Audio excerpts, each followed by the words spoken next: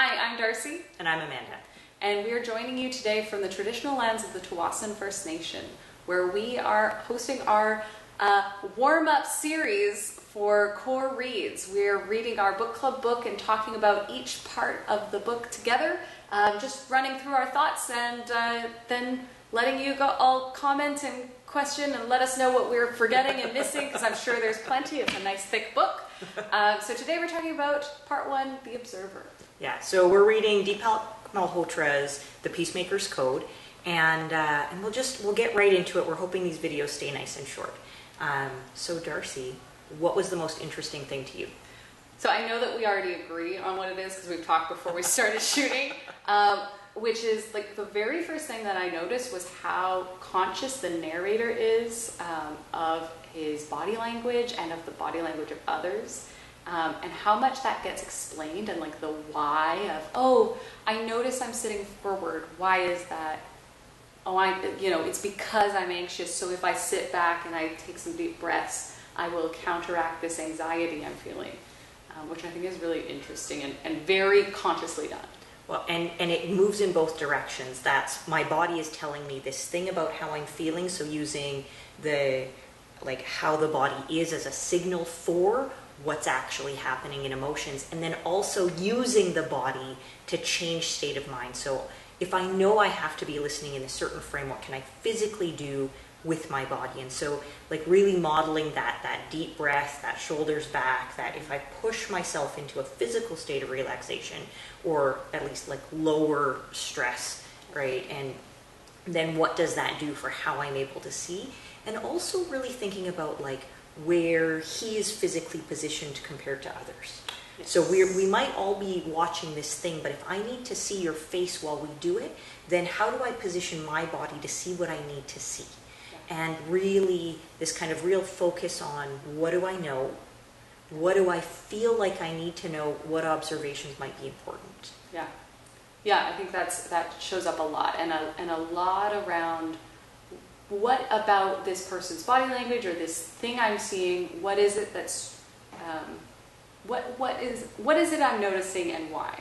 Absolutely. And what assumptions am I making? So, he does a good job of labeling assumptions as they come up and playing with them a little bit. And this is kind of, feels like, the author's just sort of baiting us a little bit to start watching our own assumptions in the book. And I mean, we see this, when a couple of our characters meet and the assumptions they're making about one another. But I'm also noticing that there's no gender given to characters at the very beginning of their introduction. Yeah. And so that allows, at least for me, there were a few surprises of gender and a few, I was hoping that the president would be female, and then she was. These kind of reveal moments, but yeah. This space of watching our own reactions, and so being pushed to, question our own assumptions about what the character will be like feels like a nice little meta moment. Absolutely, and just, I know the gender thing was one piece, but I actually also wanted to say, I noticed the way that it was playing with my assumptions around titles and names. So, president, okay, that has some gendered language associated with it too, so there's some guesses that you're making.